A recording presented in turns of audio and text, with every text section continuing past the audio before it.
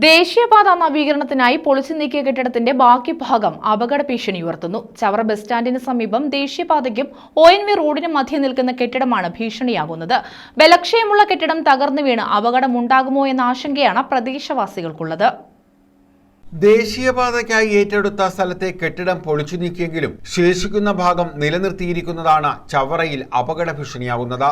തിരക്കേറിയ ചവറ ബസ് സ്റ്റാൻഡിന് സമീപം നിർമ്മാണം നടക്കുന്ന ദേശീയപാതയോടും ONV റോഡിനോടും ചേർന്നാണ് കെട്ടിടം നിൽക്കുന്നത്. ഇത് യാത്രക്കാർക്ക് ഏറെ ഭീഷണിയാണെന്ന് ചൂണ്ടിക്കാണിക്കപ്പെടുന്നു.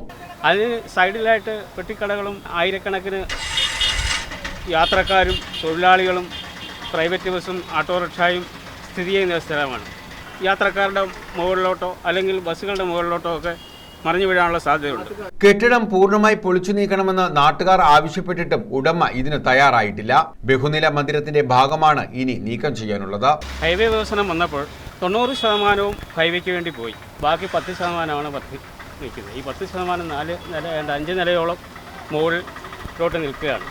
അതൊരു ചൈനയുടെ വൻമതിൽ മാതിരിയാണ്. ഏറ്റെടുത്ത ഭൂമിയുടെ ബാക്കി ഭാഗത്താണ് കെട്ടിടത്തിന്റെ അവശേഷിക്കുന്ന ഭാഗം നിലനിൽക്കുന്നത്. അതുകൊണ്ട് തന്നെ ദേശീയപാത അതോറിറ്റി ഉൾപ്പെടെയുള്ള അധികൃതർക്ക് മുന്നിൽ വിഷയമുന്നയിച്ച് കാത്തിരിക്കുകയാണ് നാട്ടുകാർ. ദേശീയപാത നിർമ്മാണം പുരോഗമിക്കുമ്പോൾ ഈ കൂറ്റൻ കെട്ടിടാവശിഷ്ടം തകർന്നു വീണ് അപകടമുണ്ടാകുമോ എന്ന ആശങ്കയും നിലനിൽക്കുന്നു. പിന്നെ ഗതാഗതത്തിന് ഏറ്റവും വലിയൊരു തടസ്സമാണ് ഈ ഒരു വാഹനം. ഇവിടുത്തെ ഭരണകർത്താക്കൾ എത്രയും പെട്ടെന്ന് ഇതിന് ഒരു പരിഹാരം ഉണ്ടാക്കണമെന്ന് ഭരണകർത്താക്കളോട് ഞങ്ങൾ എല്ലാവരും ന്യൂസ് ബ്യൂറോ, ചവറ.